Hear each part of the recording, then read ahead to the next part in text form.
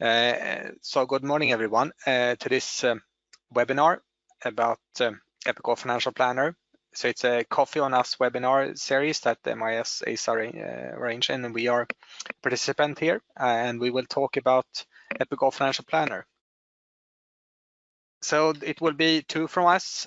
So the main topic will be around the reporting side of Epicor Financial Planner. So the main agenda will be this. We were talking about the product itself, so basically from a reporting standpoint and how it can be used in the reporting aspects of your financial systems. Me as a person, I've been working with the DS panel for a very long time, and previously also worked for Epicor. Been working in this industry for about 30 years, so know financials and the budgeting and planning inside out. The main thing, of course, that we will focus on here is the financial reporting side of things. And please feel free to type questions. You have a chat window as well in the GoToMeeting application. So if you have anything that comes up during the presentation, don't hesitate to ask, and then we will try to bring that up in the end of the presentation.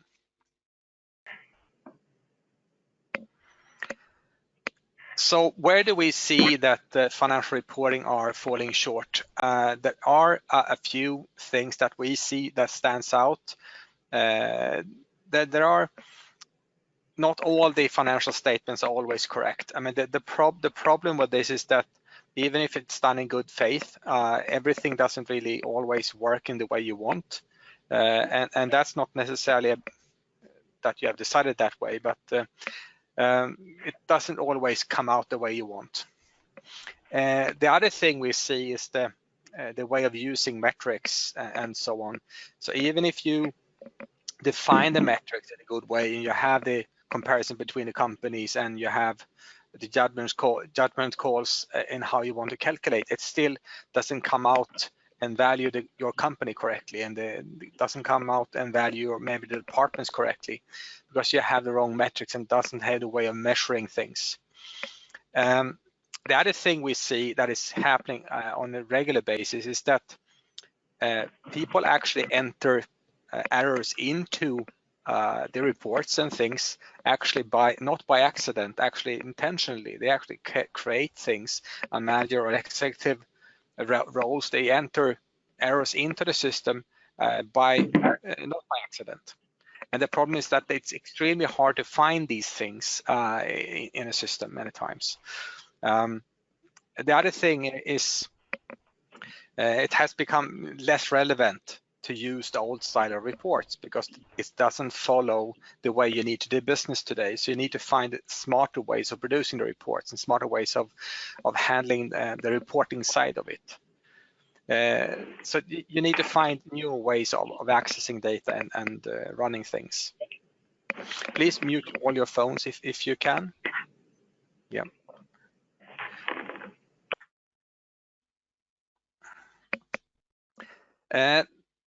Then other struggles of the preparer, so the person that is actually preparing the reports. So the other struggles that we see that is happening here when it comes to reporting. When it comes to the executives and C-levels, you normally want to make decisions faster, of course. That means you need to get access to this data in a smart way. That means that the access rights into the data and should not be requiring manual intervention, or that you need to ask someone to publish something for you. You need to get it when you have time to read it and when you have time to work with the data and so on.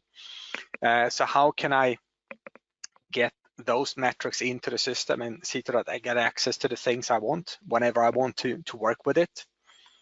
The other thing, of course, is the regulatory requirements and everything that is changing around you and around the company and the way you do business. This is changing. It's like a constant flow of things that is happening around you all the time, which means that you never can settle down. It will be a constant flow of changes. And as soon as you have the FP&A process in place, you will constantly keep changing it again because you have new laws popping up. We have new regulatory compliance rules that you need to implement in the company. And this is a constant process. which also puts pressure in the way you need to produce reports and pull out metrics around your company and the way you run your business. So this is the burden. The other things, of course, then we come into technology and IT support, so the internal support from your IT organization. To implement ERPs, I mean, all of you are mostly using ERPs. That means that it's actually an implementation process that takes place. It takes a while to implement, and as soon as it's kind of live, then there is competition out there from other ERP systems that is doing things differently, maybe in a smarter way. That's something you will find all the time. And many times with ERP systems, you don't have all the reporting that you need, and that's also probably why you're on this call as well, is to see how can I make things a bit smarter. Then it's also about the supporting side of this. Normally you can't do everything yourself, maybe as a controller or something like that. You can't do everything you want. You need to go back to some IT person to do it for you, or maybe even go back to the vendor and ask them to do it for you to get the numbers out in the format you want. And that's not efficient. I mean, because the things we talked about earlier, things are changing constantly, which means that the reports need to change constantly as well. And then the best way to do that, of course, would be that you can do it yourself in an easy way. If you look at this thing here, I mean, something we received from an Ernst & Young study here. This is from September last year. So 32% of companies has 16 different reporting systems in the company. It's actually quite a lot. I don't know how many you have. So just think about how many programs you use internally and how many different parts that is running to pull out data from this to actually be able to create the things you need, which you most likely do in a spreadsheet. That's where I would say more than 80% or 90% of the companies is producing the numbers is in a spreadsheet, pulling out data from various places. So that means you jump from various reporting system or analysis packages and then pull together the reports you need.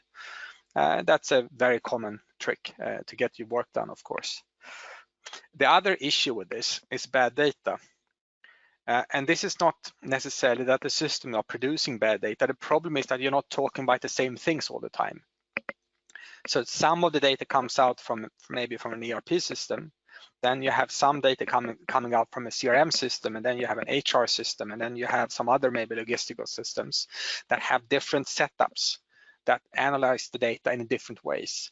So it doesn't add up. So this is another big problem many times that so when the sales team comes in, they talk about the numbers from their angle, and then you have a financial team that is looking at it from the top level, and it just doesn't add up. The margins of things is not matching. And this is becoming a bigger and bigger problem, of course, is that it's hard to see what to trust.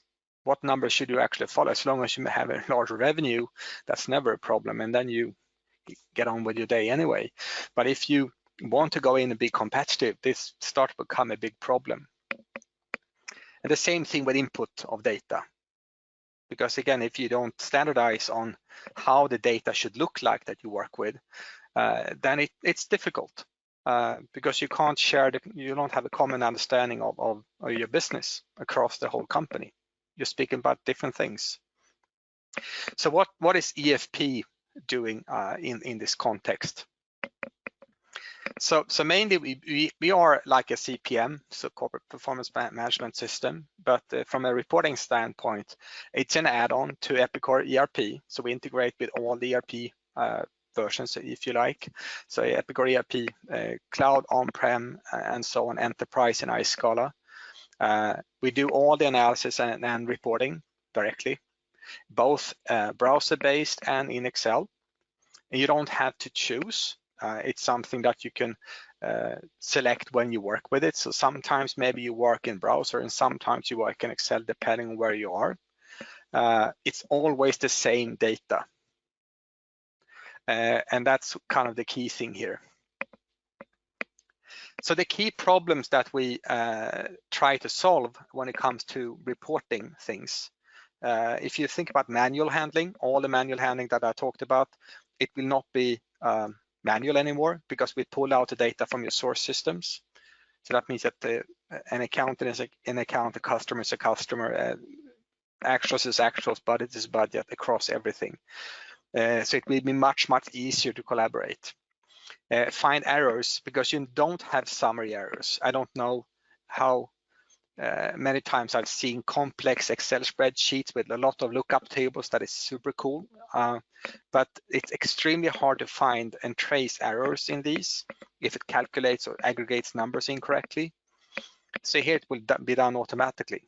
It's much easier to find errors if we show you it clearly. The reports and the validation happens directly. You also have the possibility to collaborate. So that means that when you share things, the person that should receive the numbers will see the numbers that they have access to, which also means that you can reduce the number of reports. You don't only need to create one P&L report and then put on security for departments and then send it out to everyone. And then the department will only see the numbers that they're allowed to see in the single report. So that reduces the way you need to produce things, and it's a lot less maintenance. So security can be on any level, department, divisions, or scenarios, or anything else. And the other thing we remove here is the regular person dependency, which you normally see in many systems, is that because you have these many reporting systems that we have seen from Ernst & Young, someone has built all that stuff. And that mostly rely on a single person, maybe a few persons. And if one of these persons leaves, then it's extremely difficult. So that person dependency disappears in a way. It means it's much easier to move in new people into this, because it's just a standardized system and follows the way you run your business, and then you can grow on that instead. So for reporting, we have all the regular consolidation, and everything is happening directly in the system. It frees up time, of course, because it's more best practices that is implemented. So of course the implementation and all the time you have spent on your ERP system is used as a starting point. So you don't start from scratch, you use templates and you use your starting point from the ERP system to deploy the implementation. And then you would build it out based on how you run your business. So it's normally very effective and a simple process to get this deployed.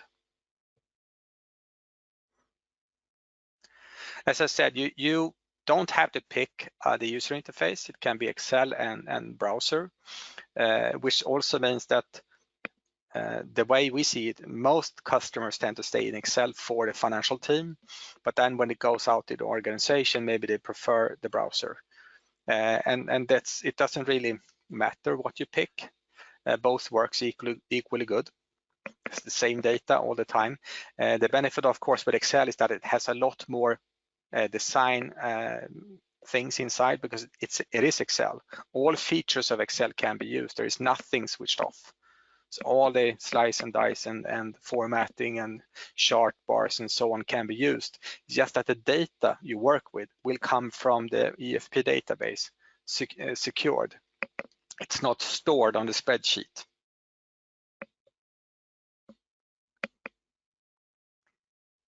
So the key thing, there are a few things that we see that why customers select EFP.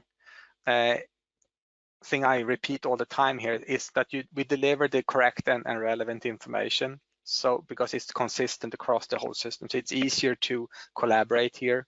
If you have sales data, you have financial data, and you have AR/AP data or something like that, or logistics, it's everything matches together. It's easier to trace across everything. It's an easy way of producing reports. It's the drag and drop environment. There's no coding or scripting.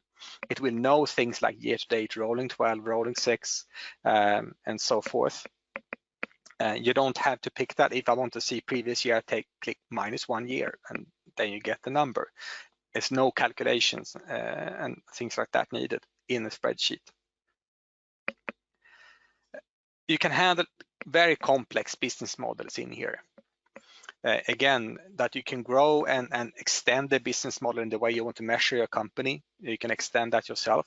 The starting point again would be probably your ERP system, but then you can extend it and add to it. So it doesn't stop with your regular ERP data. You can add other data into the same model. So maybe in logistics or HR or CRM, maybe that's not in your ERP. You can load that in and have that as part of the same reporting platform, fully integrated. And that makes it quite simple then to have one view of the data and the way you work with it. There are a few other things. The drag and drop wizard that I mentioned, it's very easy to use. Create reports directly from scratch or using templates. You have the web report access. That's a feature that has been there for a long time. Another feature we've added quite recently that is not that known, but it's extremely useful, is a report freeze, which basically is like a reporting actuals, if you like. So let's say that you come to the quarter end and you don't want everybody to have the real actuals, because this is a live system, which means that I get all the actuals all the time into the system. But maybe when I send this out to all the department managers, they should have my published actuals.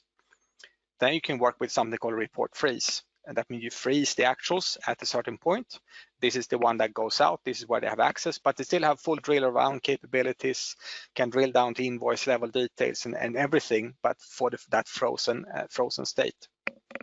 So you can work both with real-time actuals and the frozen actuals in a kind of similar way as you would do with a PDF that you send out, but you freeze the report itself without switching off integration. All the Excel functions can be used. So when we build reports here, we have a regular report editor, of course, and at the same time you can use functions. So all the features can be accessed at using regular functions as well directly in Excel. So if you are good at writing formulas in Excel and using functions and macros in Excel, you can write everything directly in any spreadsheet. And the other thing that this gives you, any report and any maybe input sheet that you've already created today in the past, as soon as you signed into EFP, they will be active against your EFP database, which means you can pull out data or integrate your existing spreadsheet directly with EFP. So maybe you want to adjust some numbers, you want to get in text descriptions or pull in the revenue numbers into an in-budget sheet that you have. You can actually do that using the formulas. Just pull it out and it will be controlled automatically. You can have a drill around and drill down features on any number, bottom 10, top 10, deviation reporting, or drill down to an invoice straight from a number in a spreadsheet. You also have all the other side of this. You will always be able to see when did we last refresh the data. So where did it come from, when it was last refreshed, that we can drill down to journal level details in the system. With the business rules, I don't know if you write a lot of maybe formula created statistical accounts into your reports, gross margin calculations and so forth, they can be automated here. So we have a full business rules engine that can be used for a lot of things, but to calculate and pre-calculate your statistical data, and that can also be HR calculations or cash flow calculations or eliminations. The benefit of doing them rule-based is that they are generic across any report and over time. So you can roll in 12 year to date, and so forth. That will work directly just by pulling out that account into the report and completely generic. So you can mix with regular Excel formulas and use survey-based business rules to calculate things for you. So now if I switch and show you how this could look like.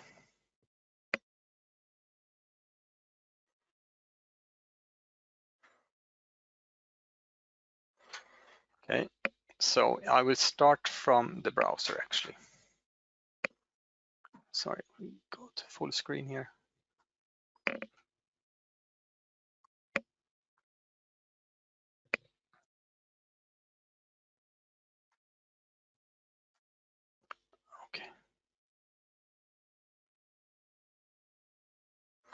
Need to pick my demo environment.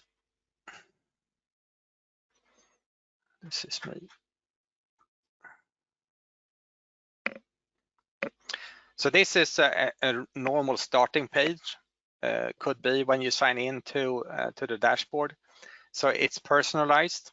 You get the regular KPIs. The KPIs is attached to the budgeting and planning process and the things that you want to trace. So here you would have things that is assigned to you as well for budgeting reasons, but here I can also run my reports directly. If I click here, I can just run the reports. So what I mean is that you can have the reports attached directly, and this runs on any device. So here I have my regular report details, and if I have a filter, I can filter just by departments or search, depending on the slices I've activated or the time members, just pick that. That's a selection on the report. If I want to drill as well, I can also do that just by clicking on a number, say machine, I want to see the details of that.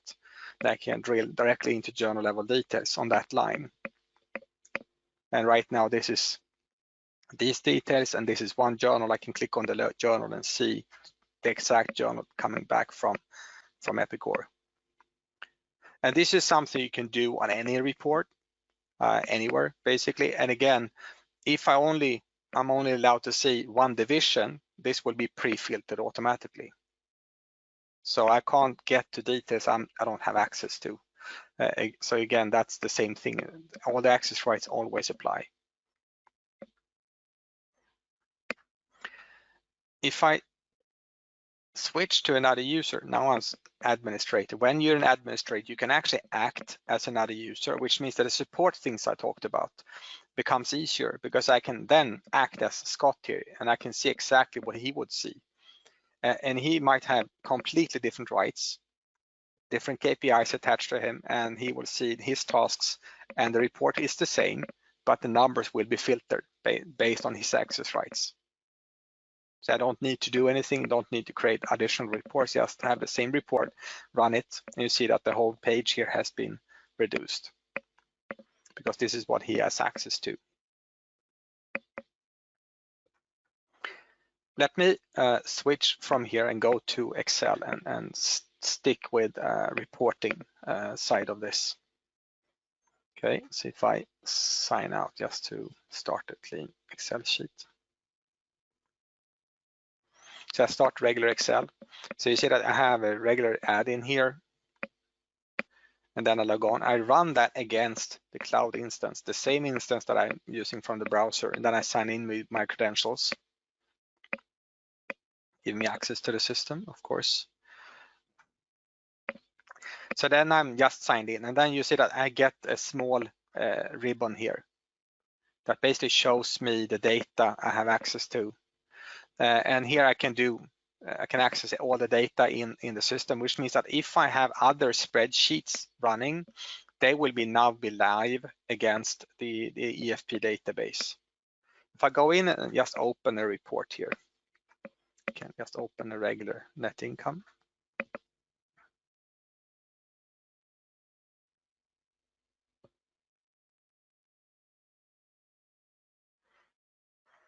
Okay, let me filter this down to pick a month here. And I pick one entity. You see that right now it's consolidated by all these entities here. So the aggregation here, this is another thing you can do. You can always create groupings of data. You can create your own groupings of data. So if you want to have multiple groups or multiple aggregations of departments or divisions, you can create that directly in that portal page just by drag and drop. So now, right now, I'm selecting one entity. If I click refresh, I get the fresh data. So when I open a report from the library here, they would always be empty. So when they save back into the database, there's always empty. There is no numbers inside. They are populated with numbers based on who I am and what rights I have. So right now I picked Epicor USA. I have August, I have US dollars. So that's my periodical details here. If I click on a number here, you see that it's just numbers in my spreadsheet. There's no formulas here anywhere. Even the percentage here is just a number. And I can work with Excel formulas if I like. So if I go to view here, let's switch on headings. See if I can do a regular formula here. So if I do insert, just to show you, let's do very simple. I want to have my periodical actuals minus my rolling 12 for some reason. That's what I want to show here. So you have a simple formula, copy that down. So if I go down now and let's switch, if I switch now to October, just refresh.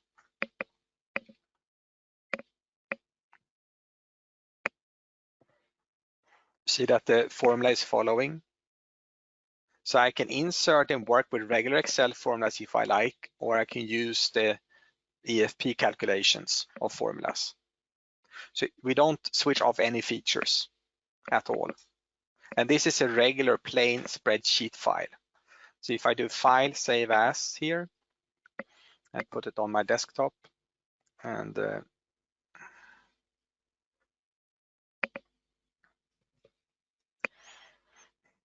I call it MIS like this. Let's save it. Let's close Excel. So that's the one we saved, MIS desktop, this one, open it. So this is the spreadsheet file. This regular file, but now I can't do anything with it. I can't filter because I'm not signed in yet. So this will be a regular, now it's a static spreadsheet. If I sign in,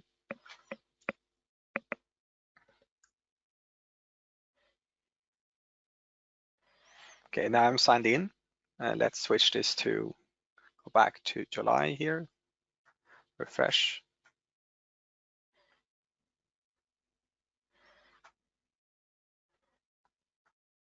And now it's live, a live document. Okay, I should have picked July again. I should have refreshed first. Let's pick again, sorry. That was too quick. There we go. You see that now it's a live document. So it's kind of simple in the way, depending on how you want to work with it, is that you can work with macros, of course, and then you can work with regular spreadsheet files, and it's very easy to share. I mean, it's a spreadsheet. If I click on a number here, if you take these actuals, I can also drill around the things I mentioned earlier about drill downs and so on. So I can do simple drills, just drill down to departments or divisions. So if I want to see all my divisions behind this fabricated, if I have any, I can sort, rank, top 10, bottom 10, deviation directly on any number. Or I just click on it and just drill. Then I get this straight in the spreadsheet. Okay, now I have merged a lot of cells apparently here. So then that's the St. Paul, Rockford and Maine that I have here. If I go back here, then investigate, and I remove, then I just go back to where I was from the beginning. And it's because I added this formula field, and I've worked with a lot of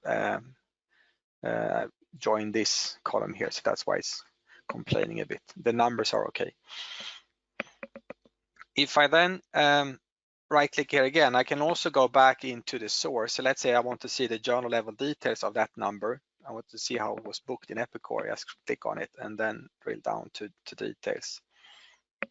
So now I'm looking at that number here. So this is the total, and this is how it's created in Epicor. And I see that it's an invoice here on this journal. So maybe I want to see the details because that's maybe where I have an issue. Can look at how that was booked. So I can just follow everything through and see how it was created.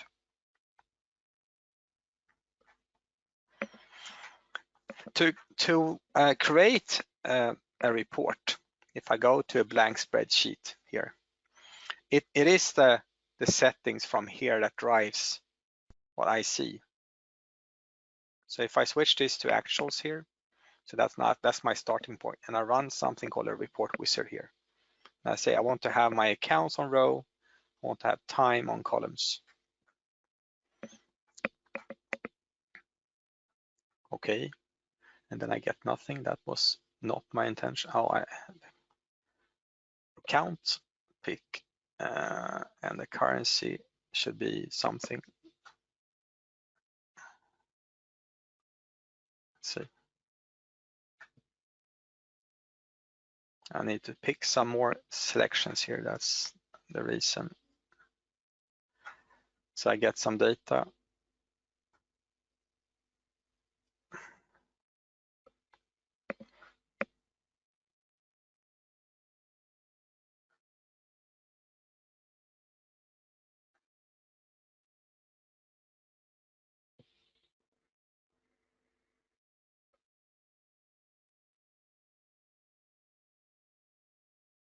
Okay, let's see.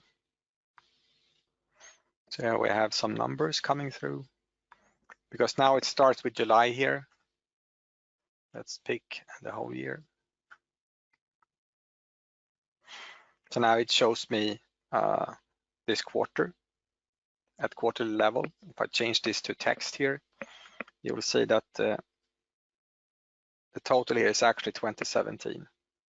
The problem was here that it's Excel that is trying to be clever and trying to do some formatting. On this is a live document now. So if I want to do investigate, I can actually, let's say I want to drill, simple drill on account. I can do that, and that will give me the drill down from this. If I go back, investigate, remove. If I want to see all the subtotals as well, I can click on that and I can get all the subtotals of the income statement. So it is fairly simple to build reports. You have a regular report editor attached to it. You can build complex reports, and you can also work with the bookmarks to set up all these dimensions here, so you don't have to do what I did right now to basically select everything. You can just go in and get that selected for you. So it is, normally you just create it, and now this is a regular report here on one tab. You can also attach regular formatting to a report. So if you want to do, let's say that I want to do some formatting, something simple. Let's say that I do underline should be dotted, regular lines, and for here I do overline solid for totals, and underline should be double and bold.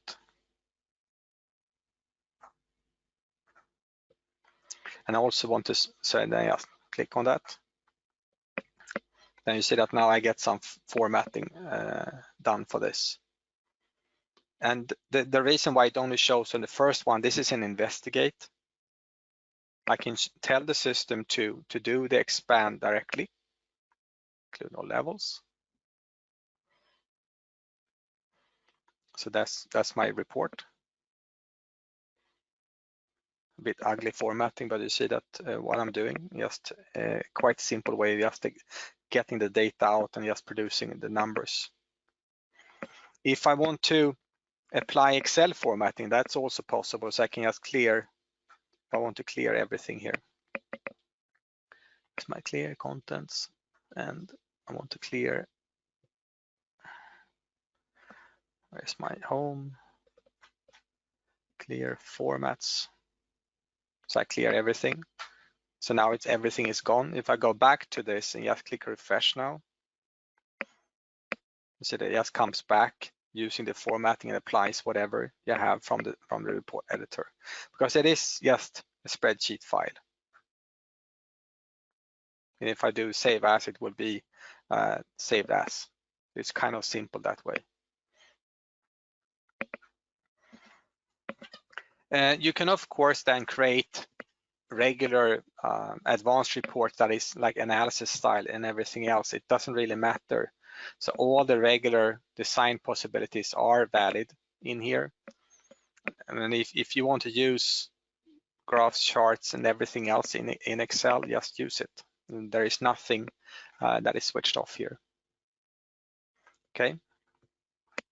So that was a bit short overview of the reporting, some of the reporting capabilities. Let's go back to this.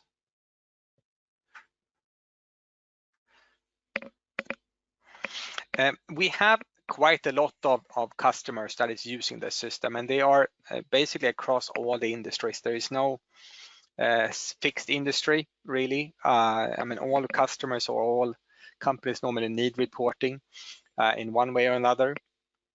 What we noticed though is that basically all of them come from spreadsheet style reporting in many cases, or they have a lot of old systems that they need to combine, and that's where we can basically join that together and make a more common reporting platform. And that also includes then budgeting and planning as well, because we do all that side of the system as well. There are ways of getting the system. So when you talk to MIS, the packaging we provide is that you have 3 main licenses. So basic, standard, and works. That's basically all. The basic is the simplest way to deploy it. You have all the reporting capabilities I've shown today. All that will be available in that release. The main thing with standard has to do more with complex Excel formulas, and that we support older versions of Excel as well. And also in the way you can integrate back into ERP. So the basic license has some other limitations that we need to discuss. We also have single entities only with basic. With standard, you see that we have 10 legal entities directly. So basic, you can add other entities to it.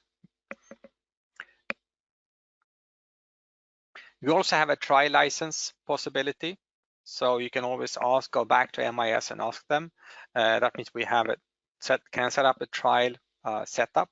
If you are on one of the latest on-prem versions of Epicor ERP 500, I think it's called, then we can use something called a REST connection directly to your ERP system on-prem, and we use the same if you are a cloud customer. If you're on enterprise or iScala or all the versions of Epicor ERP, then we require a backup of the data, and then we would provide that all in the install and run it on your data in the cloud. And then we do regular onboarding with that as well. So that's how far I wanted to go with this today. If you have any other questions from anyone that has come through, Pamela. Thank you very much, Håkan, for showing us Epicor Financial Planner for reporting. And thank you all very much for attending. If either Håkan or I could be of any assistance to you, our contact information is on your screens. We look forward to hearing from you.